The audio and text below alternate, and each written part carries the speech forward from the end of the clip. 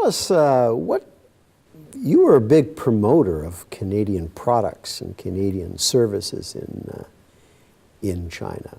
But as an ambassador, what sort of preparation would you have to take upon yourself and your staff to be up to scratch on whether it was computer related or fisheries or whatever the subject matter was? So my background, when I joined the foreign affairs world, I joined via trade.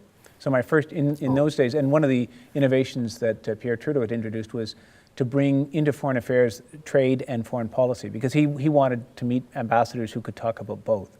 So my first year in government, it was a training year, and I spent in St. John's, Newfoundland, and I worked with companies in the fisheries business and offshore oil, and so I got to know that, and I'd spent time as a trade commissioner. So the sort of inclination wasn't new to me. But what I would do on every occasion, if it was dairy cattle, I made sure I talked to the Canadian companies beforehand. When I went to there was a big fisheries show every 2 years, I'd walk the Canadian stand and I talked to every producer from the East Coast to the West Coast. In the West Coast, it was all about gooey duck, which is a very strange creature that lives in the waters off Vancouver Island and sells for great sums of money in China. But I'd ask them, tell me about the product. What are your issues? How can I help you? Same thing with Canadian tourism sector. I had a real revelation because I was working with Canadian tourism companies, and we'd had some criticism saying, you guys the embassy isn't doing the job it should do on issuing visas. So I'd go and talk to my folks over in immigration, and they'd say, no, we're doing a great job, and we turn them around in 5 days. And I'd go back and defend the embassy. And finally, I talked to some of the Canadian industry and their Chinese partners. They said, it's not the turnaround time, it's what happens before. To get that turnaround time, you require people to sign so many documents. It's so onerous that it actually puts it. So I hadn't realized this. So you've got to keep digging, keep asking questions, and figure out what's the problem we need to fix, or what's the opportunity we have to seize. And you only get that by talking to people. So you do a lot of preparation. A lot of preparation, yeah. Including the site visits, talking with people, reading their various documents, presentation. And a lot of it is, and my own style is, I do a lot of reading, but I like to meet the people too, and really sort of walk the ground with them and ask. And as you know, people in life will tell you lots of things. So by traveling, making sure that I got to places before it was the first time I was bringing a minister or the Governor General there, that I'd been there before, and I'd had a chance to walk around, knew some of the issues on the ground, that helps an awful lot. And it also helps to feel confident enough to say, I don't understand this. Tell me, I'm a layperson, explain to me why this is an issue or what the problem is. Did you have to do a fair amount of domestic travel in Canada in order to prepare yourself, say for a company, whether it was BC Forestry or whether it was Clearwater in Nova Scotia? Would you have to visit with them in Canada first before embarking upon? Budgets being what they are, that was less possible. I still tried to do it. And I had decided early on that I wanted the embassy to be an education embassy. So when I traveled in Canada, to a large extent it was driven by where I thought Chinese students were. So I remember going to Kamloops, for example, to Thompson Rivers University. Okay. Because I'd heard a lot about their work in China. And what I would do is I'd talk to the staff, but I'd also talk to the Chinese students, because I want to know what's it like when you get to Canada? How easy was it to get a visa? What's it like? And what really struck me in Thompson Rivers and Kamloops was the whole town had come around the Chinese students. And so the town, which had been a bit of a boom and bust, resource economy, forestry, mining, suddenly education and this flow of students is bringing in new revenue to the town. Their parents are coming and taking the train up into the Rocky Mountains, staying in the hotels, eating in the restaurants. So the town really got it. They liked their Chinese students, and the Chinese students reciprocated. And I took that message to other communities. So my travel in China days was largely dictated by where are the Chinese students and what can I learn from them. You also said in your book that in China, it's who you know means virtually everything. Yes. Is that still that way today, in 2015? It's still that way today. I mean, the Chinese term, it's who you know and how you're connected to them. So guanxi is the word. So every transaction in life, every interaction in life either adds to or subtracts from that sense of indebtedness. And people are very conscious when they do a favor that it's like putting money in the bank. And now, in Ottawa, I'd be the last person to say that that doesn't work in Ottawa either. It means a lot in Ottawa, it means a lot everywhere. But in China, it's very specific. And so there are very special relationships between bosses and their employees, between anyone who's helped you in life, teachers and students and things like that. So you have to be careful as a Canadian public official to know when that's to balance important, that? but also to know when you're somehow blundering into this sense of obligation and repayment. Common example is I get a call from a senior Chinese person saying, I want to get a visa. What's the best way? Or my son wants to get a visa. And I say the best way is to go to the visa application center. Takes about 20 minutes. But what about the other way? And I said, no, there is no other way. The term in China is homen, the back door. There is no back door. The front, go through the front door. And so sometimes people would take a week trying to find the back door, when if they'd gone through the front door, it would, and what I use this as an opportunity to talk about Canada. This is one of the great things about Canada. We don't have a back door. Everybody gets to go through the front door. We use social media a lot for that too. And I said once we opened up our social media account, it was a little bit like Twitter, but it's called Weibo. We'll answer any questions you have. And you can ask us anything. And we'll put it up. Lots of questions? We got lots of questions. And, now in Canada, communications in that era had to go back. Everything had to be approved by Ottawa. But I reread the regulations. It was communications in English or French. So I said, we're communicating in Chinese. So I said we had a very young team running the social media project. I said, I'll be the publisher. My senior Canadian was the editor. I'll take responsibility if we have a problem and Ottawa is mad at us. I'll own that. Try not to cause any problems if you can avoid it. Now, we would get things, something critical of the seal hunt in Chinese, we'd leave it up. And we said, this is, as Canadians, we'd put a response down, but we wouldn't delete the criticism. And that honesty wins you support. If we were promoting a Canadian university and one person said, I don't like this university because, we'd leave that up too. And people would read that and say, well, these guys aren't afraid to deal with these issues. I got asked about, how much do you spend on travel and hospitality? And I said, I'll tell you, but let me also tell you, the Canadian government and Canadian people have a form that I have to fill in every quarter. So it's not me being virtuous, it's Canadians holding public figures to account. And it's a great way to learn about Canada. I had one tweet that went viral, and that was, they said, tell us about your car. And I had a Camry. And now in China, most senior officials in that era drove what was called an Audi 6. And finally, it got so ostentatious that Audi itself said, look, we have to deal with this. So they introduced the 5L, but it looked a little bit like the 6. And so some people said, you've only got a Camry. Is that because Canada is cheap, or is it because Canada is in decline? And other people said, no, the Canadians are onto something here. That there are rules, and I showed them the rules for ministers, deputy ministers, whatever on cars, and they loved it. And it set off a really, really lively debate about what Canadians do to hold public figures accountable. And so using social media like that was a great tool for us. I want to switch just to get your take. State-owned enterprises in China. There seems to be a different viewpoints. One will say that a state-owned enterprise, they want to be exceptionally profitable. At the same time, you'll hear some that will say, well, yeah, that's a priority, but what's more important is security of supply, whether it's in the mineral, whether it's food supply, what have you. They're opposite, but how do they actually work, the state-owned enterprises? And how does an ambassador deal with that? State-owned enterprises in China represent a phase in China's economic development. Consider an early period when the government owned everything and there were large ministries, like a ministry responsible for mines and metals, and so everything belonged to them. State-owned enterprises are kind of an intermediate step to say we're going to create these, not unlike crown corporations, that are going to go out there and work a bit like private companies, but are still wholly owned by the state and responsive in terms of some government and policy objectives. Now, what's happened over time is a steady evolution in the Chinese economy. There are still some state-owned enterprises that are largely creatures of the state. There are others that work very much like private sector companies.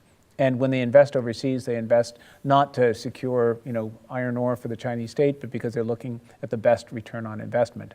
And Canada tends to be, or has been, attractive to them because while it's a higher cost place than many places in the developing world, its transparency, its legal system give it a degree of predictability that means a lot to them.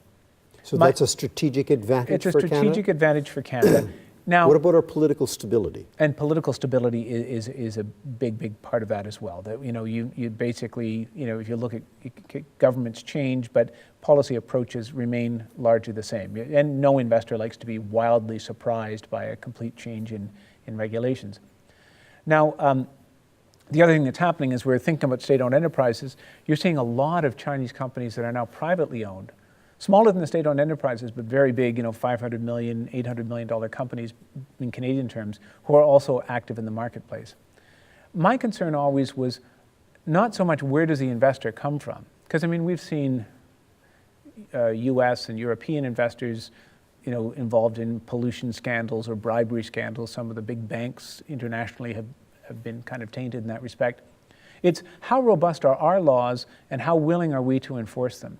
If we actually live up to Canadian laws when it comes to worker safety and the environment, it shouldn't really matter whether it's a Canadian company or a foreign company. We know that our laws are protecting Canadians. Now, would it help if Chinese companies were more transparent and more capable and better able to communicate with Canadian media and NGOs? Absolutely. So part of the fact is because many Chinese companies are kind of clumsy, that generates a degree of doubt in Canadian minds that is problematic. And no major investment is not political. You can't be a big company from anywhere going into a small town anywhere and not have the folks in that town a little bit worried about what's happening. So open and transparent communications are really important. And I used to visit Chinese companies that I knew were either investing in Canada or interested in investing, saying, you've got to learn about Canada. And it's not good enough to take the book off the shelf that says how to invest in the US, which is about the best they do. You have to understand Canada. Municipalities matter, provinces matter a great deal. And how do they react to that? Do they always want to negotiate? Well, part of the problem is you always see, you understand the world through the prism of your own experience. So China is used to thinking about the countries around it as sort of vassal states that do what China wants. And they sometimes think that we're a vassal state of the United States, and we do what the Americans want. So if they study how to do business in the US, it doesn't matter. So the smartest Chinese companies don't think that way.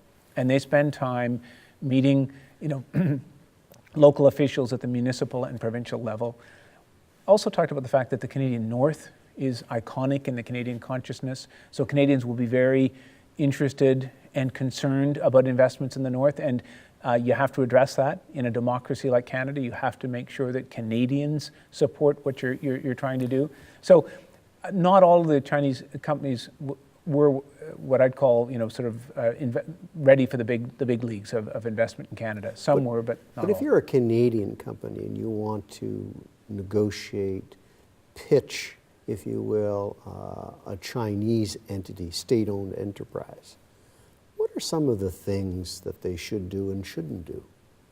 Well, one of the big problems in my mind is very few Chinese companies had a communication strategy.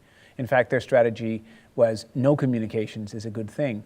The problem with that, as you know, is, first of all, they were unable to tell their story. And so the prevailing view in Canada, in a small town, might be they're going to take away jobs, when in fact there was a good argument to be made for the fact that they were going to create jobs. But if you don't tell people that, they don't understand it. Second problem with not having a communication strategy is you don't really understand what the problem is, why you're being criticized. So even big Chinese companies would say, oh, Canadians are unfriendly. Was it the Canadians were unfriendly, or there were some Canadians who were legitimately concerned about a process or part of your project that you could have better explained, or maybe that you could have fixed or improved? So if you don't know why you're being criticized or where the concerns are coming from, you're not going to do a very good job of dealing with it. So that was a very big problem. How are the vast number of disputes that take place in China, whether they be a Canadian and Chinese, an American and Australian, New Zealand, Israeli contract that is in China? Is arbitration, has that grown to an extent? Does it have credibility in terms of the arbitrators, the decisions, are they adhered to as a dispute mechanism? everything in this, in relation to China, is a matter of your sense of time. So people who are critical of China take a short view and say, this is, things are unchanged, or this just happened and hasn't been fixed. People who are more optimistic take the longer view and say, it's still imperfect, but if we looked at what happened 10 years ago, much more is possible now. So there's an issue of time, that things are changing slowly, and I would say sometimes too slowly, but they are moving. And there's an issue of geography. If you're in Beijing or Shanghai, you have a better chance of having a judgment enforced than if you're way out in rural China where, home court advantage, local government is going to win in favor of the local person. So there are enclaves, there are little clusters of reform and openness. They're getting bigger, but they're certainly not as big as they need to be. And China needs to do a lot more to level the playing field. But there's been some improvement. There has been some improvement. And there are still people in the Chinese system who understand that China's best hope in the long term is to apply the law more uniformly and to open up and to be, to provide a degree of reciprocity to foreign investors. But that view is not widespread in the Chinese system, and I wouldn't say there's the reformers have the upper hand. They have the upper hand in some places where it's clearly, if you're the mayor of Beijing, you want foreign investors to like Beijing. If you're the mayor of Shanghai, similarly. But other people take a different view. Under your leadership and with the embassy in China, the approved designation status was achieved for Canada. Could you share with our viewers exactly what it was and what sort of preparation, homework that you had to do in order to achieve this, which I think has been a stunning victory for Canada, if you would? So this has to do with tourism, and it has to do with the willingness of the Chinese government to allow countries like Canada to be sold, as they say, or advertised as a destination, so that the big Chinese tour groups could say, we're going to start doing tours to Canada. And because China is it's a state where the government has significant control, tourism is very much part of this.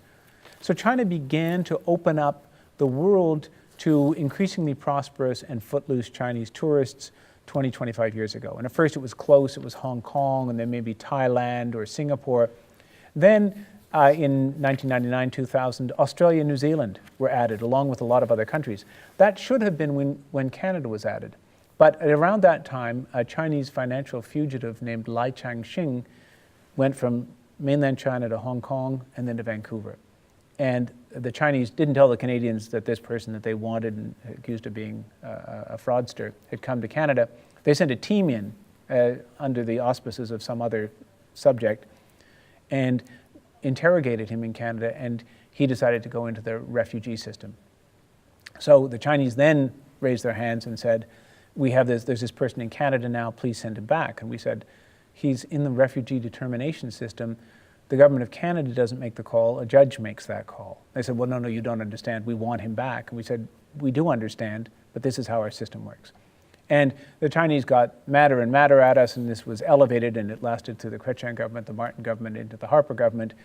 And one of the results of this was the Chinese said, we're not going to give you approved destination status, because why would we send our tourists to Canada? They were that clear in stating that? At lower levels they would say that, and at the higher levels they would say things, you understand the kinds of things that are being held up because of this. So what I said to my counterpart, and I saw this as an official in Ottawa and later on as ambassador, I said, you can take these measures, you can raise these issues with us, and you can dismantle parts of the relationship because you're frustrated with us. We cannot and will not do what you're asking. It's against our law and it's against how we operate as a society. So this is just going to be, self-defeating. So fast forward to 2009, and I mentioned the fact that the Prime Minister was coming. I sensed that the Chinese wanted to improve the relationship. And I sensed that knowing that, we might be able to get approved destination status. But we still had this linkage. So in looking at the recent past, and I, in addition to seeing Chinese students in Canada, I used to go to Chinese universities and talk to students to pitch Canada as a destination. And in every call, a student would raise his hands and say, what about this guy who's in Vancouver? isn't it because Canada wants to keep our money? And then there'd be laughter and applause. And I'd explain the situation. But this idea that the Chinese somehow thought that we were holding on to this ill-gotten gain stayed in my mind. And I knew that we'd discussed this idea of an agreement to share the proceeds of crime. Essentially, if a bad guy comes to Canada with money from another country, you have a mechanism for returning that money. So in our negotiation of this agreement between Prime Minister Harper and his counterpart, I said, we've had this impasse on tourism. I know we can't solve it in the way that you've asked, but we could, and you'd have my word, we could move on this other issue. I said this because I knew they wanted to move forward. I knew this was an impediment, but they had to have something. The people who were negotiating with me had to go back to the security people and all the hardline people and say, we'll never get that other thing. The Canadians can't and won't do that, but they have done this for us. And in fact, it would be good for Canada, and it's exactly what honorable Canadians would like to do. And the Chinese, they thought about it, and eventually, in a negotiation like that, there are brackets around all the things they haven't agreed to. On the eve of the visit, they took the brackets off approved destination status, and we went ahead and we signed this agreement with the Chinese. Now, as it turns out, 2 years later, a judge did determine that this person could return to China, and he returned, but it was very much according to the judge. But we'd found a way to enable the Chinese to say yes to us. How long did that take, David? Well, that actually happened pretty quickly. As soon as we got the go-ahead, and I had to go back there and talk to the RCMP and others, and they said, yes. At first, the RCMP said, well, we have this list of 80 countries we've got to talk to, so China's got to go at the bottom of the list. And I said, guys, I know we want to be fair, but couldn't we move China up the list? And they listened to reason, and we moved China up, and I said, we can move quickly on this. So that process only took a few months. But the lie, that impasse lasted 10 years. It was from like 1999 to 2009 that the Chinese, and then as soon as that happened, Canada was advertised as a destination. The number of Chinese tourists doubled, and that has an impact on so Canadian what is communities. it today? So now, I don't have the latest statistics, but China would now be in the top 3 or 4 source countries for travel to Canada. And I went to places like Butchart Gardens near Victoria, and I mean they're hiring local students who speak Chinese to work in the gift shop and work the gardens. I went down to Niagara Falls where they were saying the guys at the Skylon Tower said 10 years ago there were no Chinese in our top 50 sending countries. Now our lunch service is half Chinese visitors. So the impact at the community level was several hundred significant. thousand. Oh, absolutely, yeah. Sure. And the potential to grow is significant. But what do we have to do? We got to think about what Chinese travelers want. We've got to think about common services in Chinese. And what I talk about in my book is the breakfast barrier. My theory is that people will do all kinds of things and experience all kinds of things, but they're very vulnerable at breakfast, and they want their own breakfast. And Chinese people are no different than anybody else. So finding actual Canadian destinations that have a Chinese breakfast, that's a significant achievement, and some of them are doing that. Are we sufficiently well perceived in China that perhaps we could play a role in terms of the China-Japan issue of this little island that is off the coast? We're very well perceived in China, and there's a great legacy of Canadians like Norman Bethune. I'm going to come to that in a moment. But we could never play a role in that kind of dispute, and that's it's so deep, so bitter. That the Chinese would react with they would. This goes back to the Second World War. This goes back to the Second World War. And in fact, Japan invaded China in the 1930s, and there were terrible incidents, including a massacre of tens of thousands in Nanjing, horrible looting of the city. So that has to be worked out between the two. And China is pretty protective of these neuralgic regional issues. Are we perceived similar to that, how they perceive the United States? No. We're very different? Very different. Now, Canadians automatically assume that's an advantage, and it is to a certain extent, but my own image is of a kind of a league table, where the United States is up top, most important country, they like the Americans most, very complicated, popular culture is attractive, the name, what they call America is, the beautiful country, the land of rice. So all of that's good, but they also see that they believe America has an anti-Chinese agenda, seeks to be the power in its region, etc. The next level would be UK, France, Germany, Japan, big countries that have very attractive, powerful cultures, highly respected, but colonial baggage, so complicated. The next shelf would be Canada and Australia. So technology countries, home to great universities, but also natural resources countries, very friendly countries. But there are all kinds of considerations that go into that Chinese ranking. We do have the advantage of illustrious Canadians in the past, and the Chinese, that means something. Well, I want to talk about that. Yeah. Dr. Norman Bethune, we have Dr. Jesse McDonald, Rita Kilbourne. Yeah.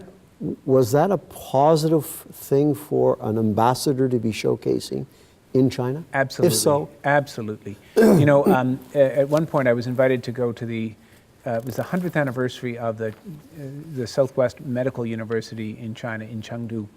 So, you'd get invited to these things, but never get a lot of information on what exactly was happening. So I go to the place and I'm told to, wait here, then you travel in a bus to where the ceremony is going to take place. I'd prepared some remarks.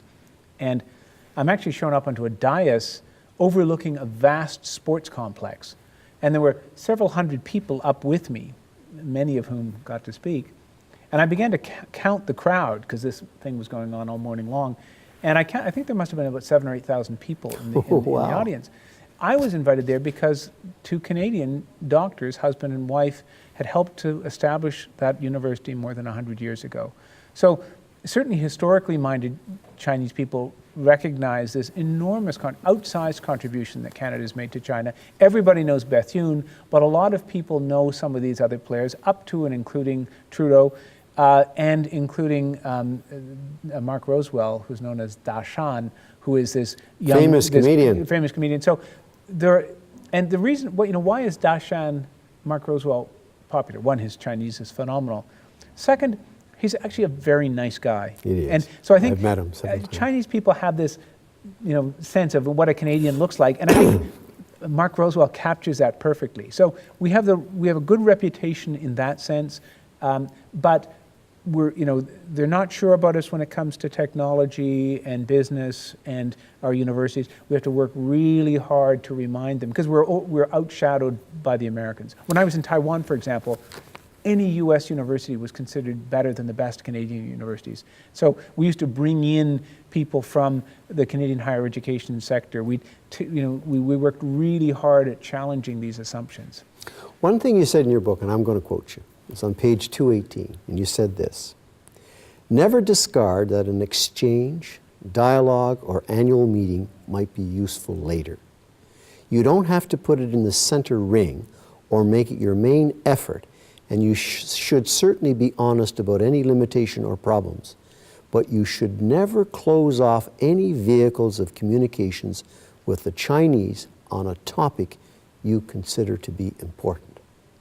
That is a very, very substantive statement, particularly in view of human rights. Well, and I was referring here to, we'd had a human rights dialogue where we'd meet on an annual basis and discuss issues with the Chinese. Ambassador to ambassador? Ambassador to ambassador, but also with other people in the room. Now, we wanted to bring in Canadian NGOs, and the Chinese said, no, you can't do that. So what we said is, we'll bring them, and we're going to consult with them. They're going to be part of the consultation. They won't be in the actual little room, but our dialogue is going to be informed, and we're going to go back and tell them what we heard. And they said, okay. Now, the results of these things would be modest, and the Chinese would push back, and sometimes they could give very uncreative responses. But again, if you look over time, we got to discuss more things. We began to move the yardsticks very slowly. Would you do that case by case? So we mentioned some cases of Canadian concern, some of general concern, and some other issues. And we'd let the Chinese ask us questions and criticize us if they have an issue about the Canadian treatment of Aboriginal people. Yes. We listened to that, very frankly. Now, when the Department of Foreign Affairs had brought in someone to analyze the process who was very critical of it, and his critical report arrived after the government's changed and when the Harper government came in, and we decided to postpone the dialogue. So that meant that we no longer, one of the good things about this exchange was every year we'd pass on a list of specific issues of concern. we no longer had the vehicle for doing that and knowing that it would go off and be considered. So we felt pretty good about having cut off the dialogue for a little while, but then we began to see that we didn't have a lot of opportunities to talk about these things. And within a couple of years, Ottawa was saying, David, can you see if you can get the dialogue back? And I said, well, once you pull a dialogue like that, the Chinese are bigger than they were when we pulled it, because they're, so but it cost it is us. such a substantive, it has an enormous impact on all negotiations, whether it be food security, whether it be in human rights, what have you. It's a very, very important thing. Another thing, because we're getting near the end here, you say public speeches and behind-the-scenes diplomacy are only remaining levers for change. They're important, but you can't have an active and effective human rights program without spending some money. Yeah. Now, when I was there, CETA was winding down. That's a Canadian International Development Agency, was winding down its program. And CETA used to ask me and say, well, what do you think? What part of our program should we keep it? Or should, and the part I always said they should keep was they spent money on the most vulnerable, often people in Tibet and in Xinjiang. Often it was young women, migrant workers. And I said, are we talking substantial money? No, we're talking $15, $20 million, but, so it's not huge in Chinese terms, but what was really important, I'll give you an example of one program. We had a program to help migrant workers who'd come from the countryside and go to a big city like Guangdong, Canton in China. We helped them to understand what their rights are, because they have rights under the Chinese system. But because they were poor and poorly educated, they'd arrive in the big city and the boss would exploit them. So we were equipping them with knowledge about their rights, and Canada brought money to this. But we weren't the only people. The government of Guangdong wanted that to happen too, because the government wanted these people to be protected. So other stakeholders participate. The All China Women's Federation wanted it to happen. The railways came and said, we sometimes see people we think are at risk on our trains. Could we give them pamphlets? We said, absolutely. CETA was worried about getting criticized, and this was in the Bev Oda years, former minister of CETA. So they didn't want to talk about this project. They just spent the money, but they did it very quietly. And I said, we got to tell people what we're doing. And again, CETA didn't want to do that. I had the opportunity, though, the former Governor General, Michaëlle Jean, was coming to China, and I got to plan her visit. So I said, we should ask her to go there. She did. As you know, she's a brilliant communicator. Yes, she is. She came out and she charmed these women. She shared her story. She said, I came as an immigrant to Canada. My family didn't have a lot of power, but we've achieved things over time. And then she walked out and told the media what we were doing. It was a great story, but it was a great story where a little bit of Canadian aid was amplified by partners in other areas. Ambassador, this has been a delightful exercise for us. I want to thank you most sincerely, but I have to ask you one final question. If you were to be advising young people who may be graduating, wish to get into the workforce, begin a new career, from all your experiences and perspectives, what would you share with them, the 2 or 3 main things in terms of going forward? There are 2 general things that I would share. One is, it's absolutely okay to follow your passion. People get really worried and they say, well, I'm told I have to do this, or I should do that, or if I want to get a job, I've got to do that. You can listen to that advice, but don't give up. If there's something that you feel passionate about and want to do, I guarantee there's a job out there for you where you'll be able to do that. So don't lose your passion, and you tend to be best at the things that you feel passionate about. The second thing is, don't lead with your resume. I would find, when I was working at the Monk School and I'd be setting up projects and asking some of the students to join, I'd describe the project. About half the students would send me their resume and they'd say, we want to join the project, but look at my resume and be amazed.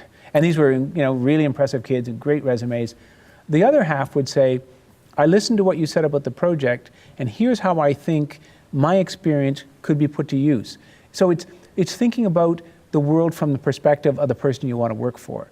And that is a really, not everybody does that, right? But what does the world look like to this person whose team I want to join? And what would he or she be looking for, and how can I help? I used to find that when someone came to me and said, David, I know what you're trying to do, and here's how I can help, gosh, that was a real lift to me. And I always gave those people a special consideration. Good advice. On behalf of the Ted Rogers School of Management, the faculty, the staff, and the students, I want to express to you our sincere appreciation for joining us today and giving us lots of insights in terms of the Canada-China dossier, as well as some of the general principles of negotiations. Thank you very much. Thank you very much, and what you're doing is very, very important. So Thank you, David. I congratulations. appreciate it very much. Thank you, David. Thank you.